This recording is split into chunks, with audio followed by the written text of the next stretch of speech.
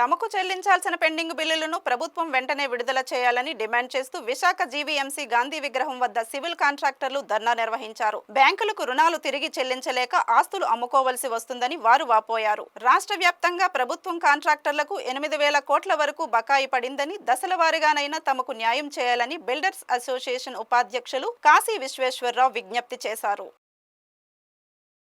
Media మిత్రులు నమస్కారం. నా పేరు కాశీ విశ్వేశ్వరరావు.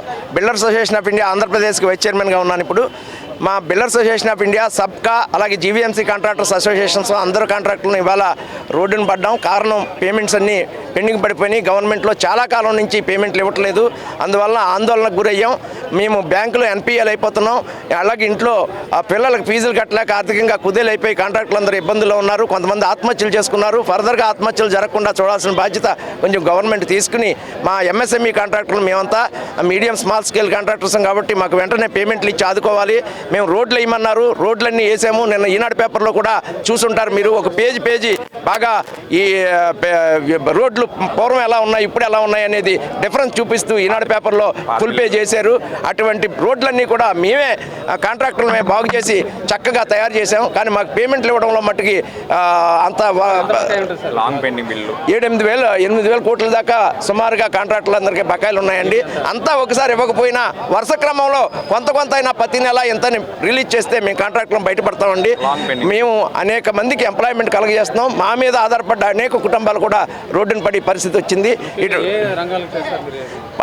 ఆర్ఎండ్బి, పంచాయతీరాజు, ఇరిగేషను, జీవీఎంసీ ఇటువంటి జీవీఎంసీ అంటే మున్సిపాలిటీలు ఇటువంటి డిపార్ట్మెంట్లో ఎక్కువ పెండింగ్లు మేము కాంట్రాక్టులు ఉన్నామండి.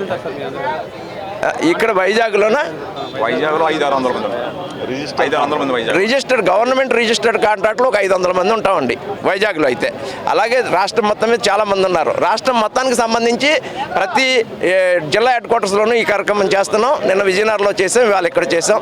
నేను మొన్న కాకినాడలో చేసాం, అంతకుముందు ఏలూరులో చేసాం. సో ఇదంతా కూడా గవర్నమెంట్కి వ్యతిరేకంగా కాదండి, గవర్నమెంట్కి విజ్ఞప్తి చేస్తున్నాం, వేడుకుంటున్నాం, మా ఆవేదన మీ ద్వారా తెలియజేస్తున్నాం. మాకు పేమెంట్లు ఇప్పించండి, మమ్మల్ని కాపాడండి. దయచేసి అభివృద్ధిలో భాగస్వాములు అవుతాం.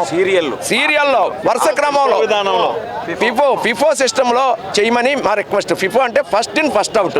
ఫస్ట్ బిల్లు ఎవరు పెట్టారో దీర్ఘకాలంగా ఎక్కువ బిల్లులు ఎప్పుడు పెండింగ్ ఉన్నాయో వరుస క్రమంలో ఇస్తే అందరూ సంతోషిస్తారండి. మొన్న చేసిన బిల్లు ఇచ్చేసి ఇటు ముందు బిల్లులు ఇవ్వకపోతే కాంట్రాక్టులు చాలా ఇబ్బంది పడుతున్నారు.